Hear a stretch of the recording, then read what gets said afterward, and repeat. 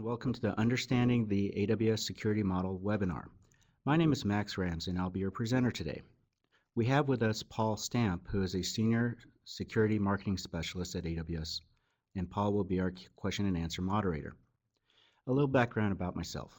I've been with AWS 5 years now, and my prior 20 years was mostly in the Northern Virginia area, serving as a specialist with various government agencies and defense contractors. Before we begin, I would like to walk the audience through a few items. On your screen, you can see a question and answer panel. Please submit your questions at any time during this webinar. Paul will answer as many as time allows in the question and answer panel while I am presenting. Towards the end of the webinar, we may have time for a live Q&A session, and I'll address some questions as well. Lastly, this webinar is being recorded. We will share the recording and the presentation slides via email a few days after the webinar. So, one important thing to understand about security at AWS is security is truly job zero. Everyone understands that they own security. It's their responsibility. But security in AWS is not as strange as some people may think. It actually starts for us with a very familiar security model that all starts with our data centers, policies, and procedures. We build up through network security and system security just like everyone else. What we do a little differently than other people is we start with what is normal behavior in our environments, and then we look for the abnormal. And we flag on anything we find that is abnormal. We take our approach and we build up a very large series of controls around that to make sure that we understand how we secure our environment and we can prove it. And we prove it through various means that we'll talk about later in this presentation. It's been validated and driven by customer security experts and auditors from around the world. And the neatest thing about our approach is that whether you're the largest enterprise customer or the smallest startup, or just someone sitting in your dorm room using AWS to help with your classwork, you get the benefit of all the same levels of controls. For instance, Vodafone needed to deploy a new mobile payment application to help their customers top up their SIM cards every month. When they did this, they looked at their options, and PCI DSS Level 1 compliance was essential for this. They were able to launch their application in 3 months while reducing their CapEx expenditure by 30%. For them, AWS was the clear choice in terms of security and PCI DSS Level 1 compliance, even over and above data centers and co-locations. So in this webinar, we're going to talk about a few things. We'll talk about culture and innovation at AWS. We'll talk about our shared security model, discuss compliance in AWS, and talk about a few more tools and features and where to get help. So AWS has over 1 million customers running every imaginable use case you can imagine from every country. And all of them bring their own unique security requirements. So we have large enterprise customers like NASDAQ, CDC, and Shell, and others, and we have some of the smallest or newest startups. And they bring workloads from every compliance regime you can consider. And they also bring their own auditors. What that means is that we have auditors and security personnel from companies of every size in every country that's looking at what we do and their own requirements and trying to understand how to implement secure or compliant systems in AWS. We work with them to help understand how to translate their controls into our environment. And sometimes through that conversation, we find that there are things that we could do to help them.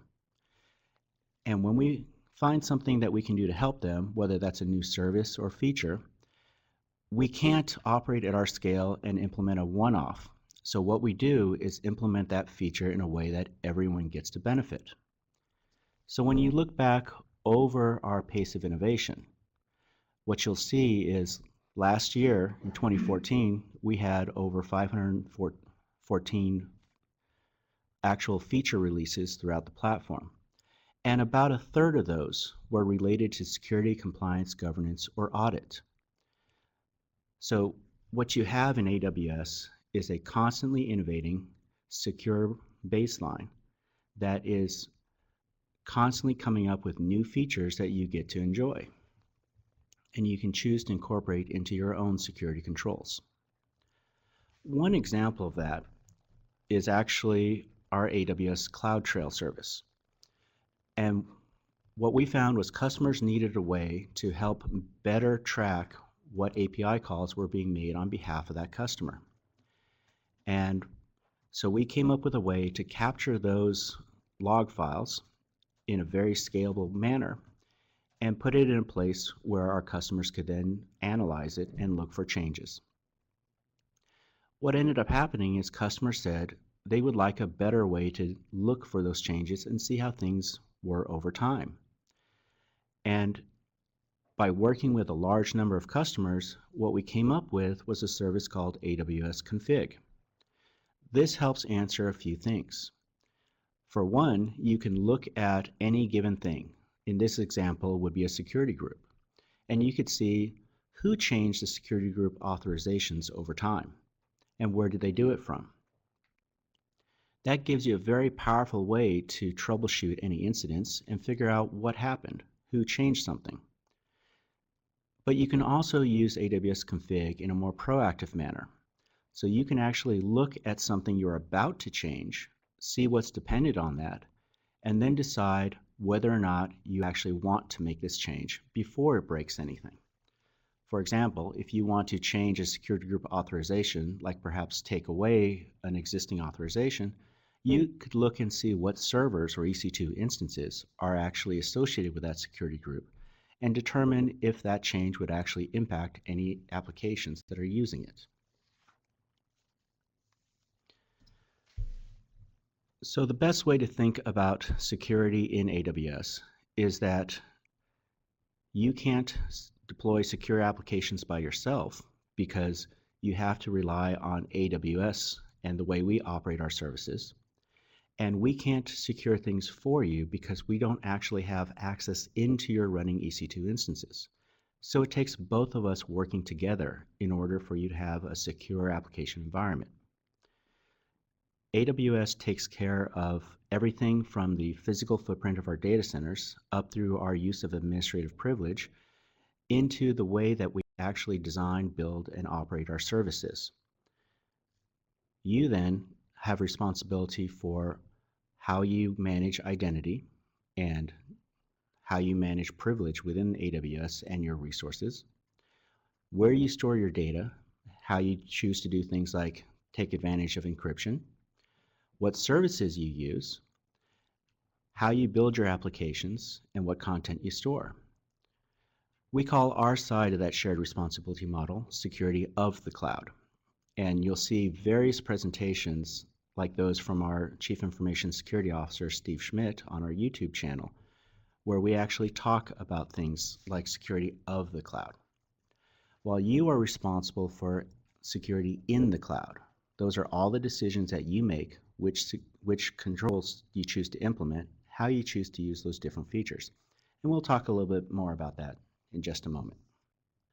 So what this means, you get to benefit from an environment built for the most security sensitive organizations. And we actually manage more than 1,800 security controls in the way that we operate our environment, so you don't have to. You get to define the right security controls for your workload. You may have, for example, a PCI application that requires a very high bar for security, or you may have the latest Facebook game. Either way, you get to choose exactly what controls are there, what services are used, and how they're configured. But the bottom line here is you always have full ownership and control of your data. What you place in AWS belongs to you. By working with so many customers across so many industries, we're able to take a look at how can we really help our customers better. What you'll find is that across those 1,852 security controls, we run a very large certification and accreditation program and assurance programs. This covers the wide range of things, but we'll walk through these quickly. Our core audits are our SOC 1, SOC 2 security and availability, and SOC 3. This actually is available to all of our customers under NDA, so you get the full non-redacted report. You get to see exactly what our auditors say. We also run ISO 27001 and ISO 9001 because we understand that some of our customers value the ISO 27001 framework. We are an accredited PCI DSS Level 1 service provider, and we have many customers running PCI workloads on AWS. We also have customers that run HIPAA workloads. So if you have a requirement for managing healthcare in the United States, you can actually sign a business associate agreement with AWS and be fully compliant. In fact, we have more information about these and all of our other programs on our AWS Compliance Center, which is found at aws.amazon.com/compliance. We make these reports available to all of our customers under NDA, so you get to see exactly what our auditors say. And I encourage you to take advantage of that. The important thing to understand is just because you're running an application like a PCI application on AWS doesn't mean you're automatically covered with PCI. You still have your half of the shared responsibility model that you have to do.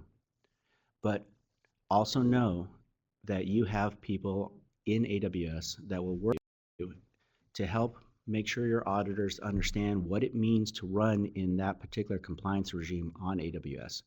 And we encourage you to reach out and talk to your account manager and a solution architect or security solution architect to better understand this. One example of this that we recently announced is the IT Grundschutz certification workbook. This was an assessment done by TÜV Trust IT, where they took a look at the German requirements for data privacy and protection and looked at the AWS controls and found that customers are able to run compliant with IT Grundschutz in AWS. We took a slightly different approach with this one in that we made available a workbook so that our customers can freely download this compliance workbook and understand exactly how to layer their own controls on top of ours within our environment. And we encourage customers to take a look at this and other requirements. Again, reach out to your account manager to better understand this. One thing that I found working with customers on AWS and across my own experience is that there's a large difference between compliance and accreditation on-premise data centers and on AWS. In on-premise environments, you start with a bare concrete and you're responsible for everything from the concrete up through your application stack. And what most people do, I know I did this, is you actually create an environment specifically for that particular workload and you coordinate it off from the rest of the environments. So you typically have your PCI application separate from your general infrastructure. Audits are done by either an in-house team, sometimes by third-party experts, and generally speaking, you're accountable to yourself or your executives and board. These audits are typically done once a year, and they are very tailored for that workload and compliance regime. On AWS, you start with a base of accredited and audited services. And because we have to operate at scale, we define all the requirements necessary to meet all of our compliance regimes, and then we operate all of our services within the scopes of those audits at that high watermark. We do in-house audits, of course, but we also bring in third-party experts. And because we make those reports available to our customers, we're accountable to everyone. So what ends up happening is we take an approach of continuous monitoring, and we have customers that take advantage of all those security controls in any workload they choose to use. And because we actually have so many customers running so many different kinds of workloads, we end up having a constant pace of innovation.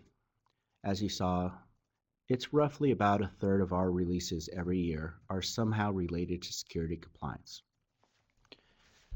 So we're going to go into a few more tools and a few more features here. One thing to understand is it's not just AWS and our services and features that you can leverage.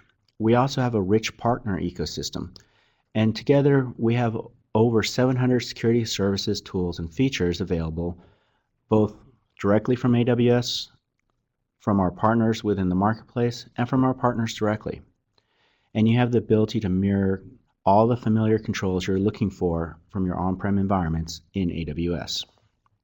One of the foundational controls here is how you manage your EC2 instances. So you're fully in charge. There are no backdoors that AWS has to be able to log into your servers. You get to define exactly which OS you're going to pick.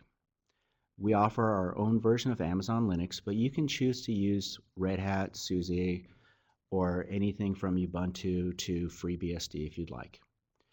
You can also run Windows operating systems. We also have customers that take those general offerings and then customize them to themselves.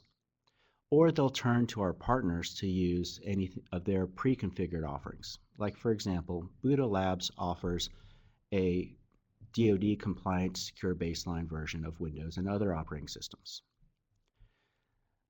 When you customize one of these, you can choose to bake it all into your own custom AMI where you can configure everything to be exactly how you want it to be.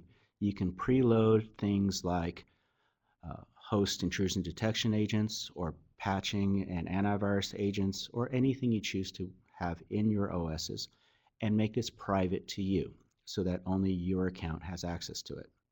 In fact, you can customize it so that only a subset of your users have access to it by taking advantage of our tags for EC2. You also have the ability to have very fine-grained controls of how you manage users.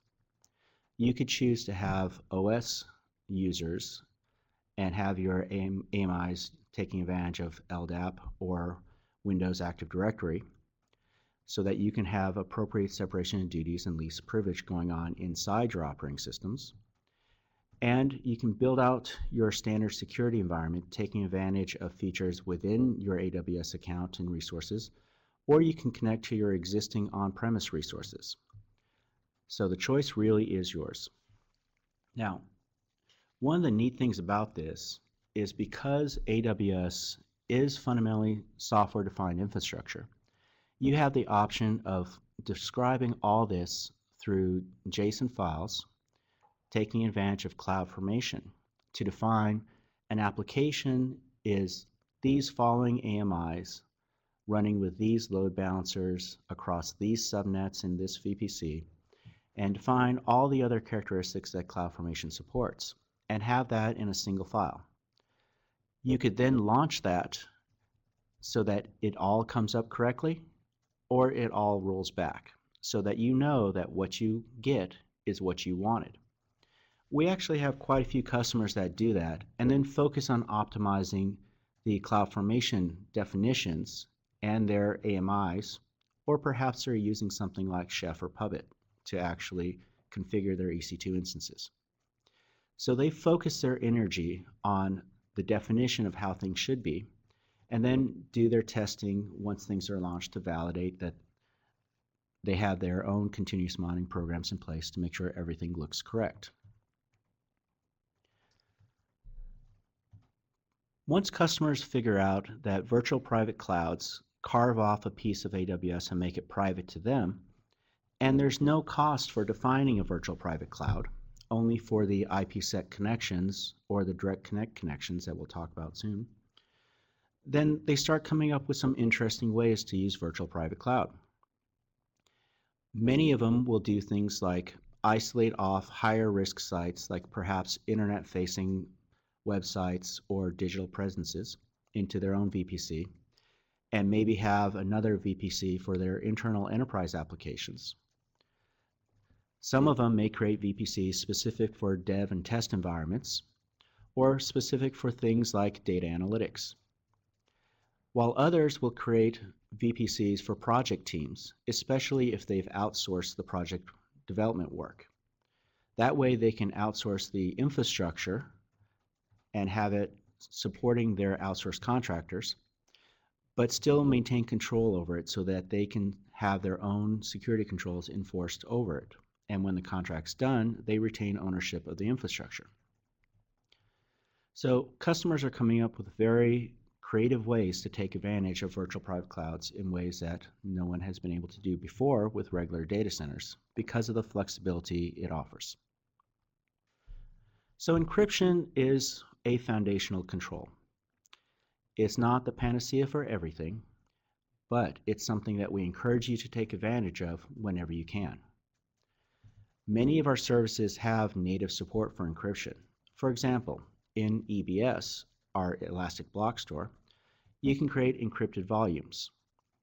You've always been able to do it yourself just by using OS level controls because EBS is presented to your servers as SCSI block devices. So you could create encrypted partitions or just use encrypted files within that.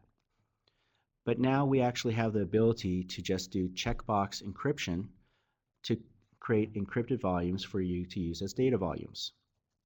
We also have partners like Trend Micro and SafeNet and others that have the ability to do this for you.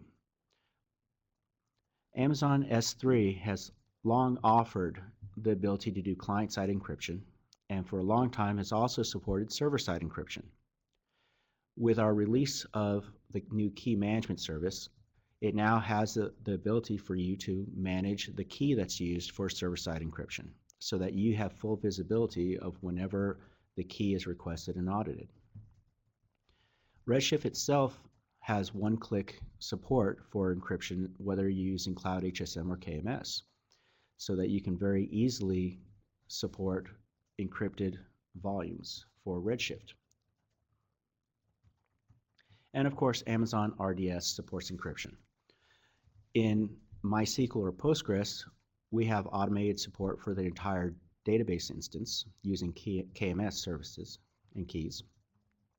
Or in Microsoft SQL Server and Oracle, we support TDE, or Transparent Data Encryption, and your ability to store the keys in Cloud HSM.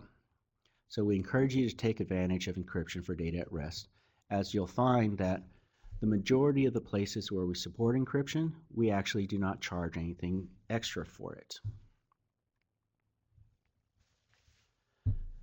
Identity and access management is another key control. So you get to control who can do what from your environment, when, and from where.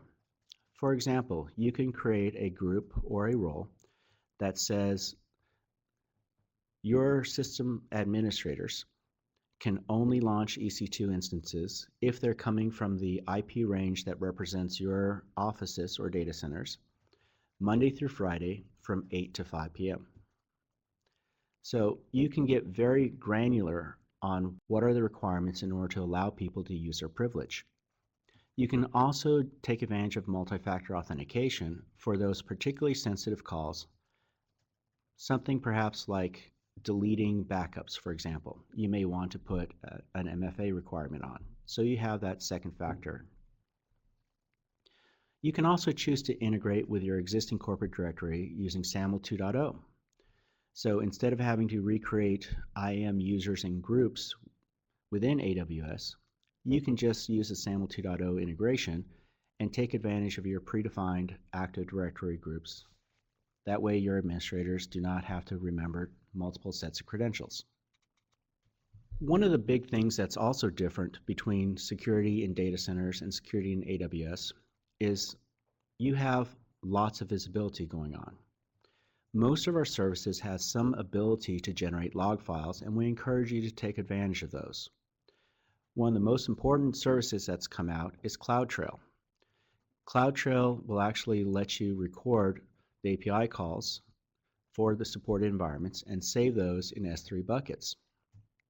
That way you get to see who did what and when from where. The list of services is always growing, but right now it supports most of the core services. And you can easily aggregate all the log information, even from multiple accounts into a single S3 bucket. One of the recent releases we also did was integrating CloudTrail with CloudWatch logs.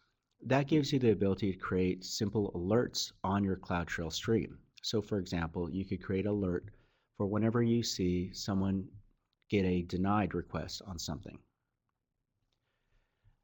We also work very closely with our partners like Splunk, AlertLogic, and Sumo Logic so that they can automatically integrate with these features and offer an even richer offering to our customers. Speaking of our partners, we encourage you to take a look at AWS Marketplace, where we have many partners across many different features and categories. But if we just look at our security ones, here are some of the more notable ones. So we have everything from advanced threat analytics by AlertLogic and AlienVault, all the way through things like server and endpoint protection with Trend Micro and Intel Security. And many customers are asking whether or not they can do security penetration testing on AWS. And we actually have two partners here that have a pre-authorized ability for you to just launch a test environment and then test your environment in AWS. That's from Tenable and Qualys. Now, of course, if you want to do the testing yourself or use someone else to do your testing, that's completely supported as well. Just go to aws.amazon.com/security, and from there you'll actually see on the left-hand side a link for you to actually register your security test. You'll get an authorization code within just a few days, and you'll be able to do the testing as you desire. And remember, we feel it's important to help our customers in every way possible. So we've created an automated tool called Trusted Advisor that lets you do lots of different configuration checks of your account. Some of the most important ones are among the security column, at least from my opinion as a security professional, of course. Those are things like open ports in your security groups, or unrestricted access, or places where you haven't turned CloudTrail logging on. And it's important to remember that you have to turn CloudTrail logging on within each region. And we encourage you to turn the CloudTrail logging on in all the regions that your account has access to, even the ones you're not using right now. That way you are sure to know exactly what's going on in your account. Trusted Advisor also has many other benefits, including some automated checks to help reduce your costs. For example, it will look at EC2 instances that seem like they're being underutilized. Because we can't see inside your running servers, we don't actually know what it's doing, but we can see things like the CPU is being underutilized, like perhaps less than 5%, and it'll report that to you as a potential cost savings. There is a free tier in Trusted Advisor, but if you want to unlock all the checks, then when you sign up for business support, you'll automatically get those too, and we encourage you to look at those regularly. Speaking of support, there's lots of different places for you to get that. It's everything from your account team, which, yes, there are actually people behind the APIs to help you. If you go to the Management Console or the web pages, you'll find a link to contact your account manager. And that account manager will help you to better understand how to use AWS services and can get you in touch with solution architects that can help you review your designs and make sure you're taking advantage of the services in the best way possible. We also have a professional support organization, and there's 4 tiers of support available. There's a free tier that everyone gets, which is the basic support for the AWS services, and it has access to the forums and health checks and other things that we've discussed. There's also developer support, which gives you additional email support and access to best practice guidance. Business support, which gives you phone chat and email support with a 1-hour SLA. And enterprise support, which brings that down to 15 minutes response time and assigns a dedicated technical account manager to you. Now, when we talk to customers, we often encourage them to reach out to their account team so that they can get an architectural review of what they intend to do on AWS so that they're making sure that they're leveraging all the services in the optimal way. And whenever you're about to go live with a production workload, we encourage you to sign up for business support. That way you get access to our global support organization. Enterprise support is something that's appropriate for some of our largest customers. And it's something that if you feel that you need a dedicated technical account manager, you should truly explore. We also have a professional services organization. So if you would like some dedicated AWS professionals to help you, then you can get support for creating your enterprise security architecture or doing everything from policy and controls mapping or designing your systems, your security center. It's not just from AWS professionals though. They also have a rich partner network that they can reach out to ensure that we get the right set of resources to help you for whatever you're trying to do. We encourage you to reach out whenever you feel you need some dedicated help here. So in summary, security is job zero for AWS. We take care of security of the cloud and all those controls that we've talked about earlier to make sure that we're running our services in the most secure and optimal way possible. You get the freedom to define the controls you want to have operating in the cloud so that it is the most effective set of solutions to make sure that you get all your security controls met for your objectives. Compliance can be more cost effective in AWS because we automatically take care of most of the physical controls and a lot of the things that are embedded just within our services. And again, reach out to see those compliance reports whenever you need them. Of course, you can take advantage of over 700 services, tools, and features from AWS and our partners and configure them to be exactly how you want them to be. And we have people here to help, both within AWS and our partner ecosystem. So we encourage you to reach out.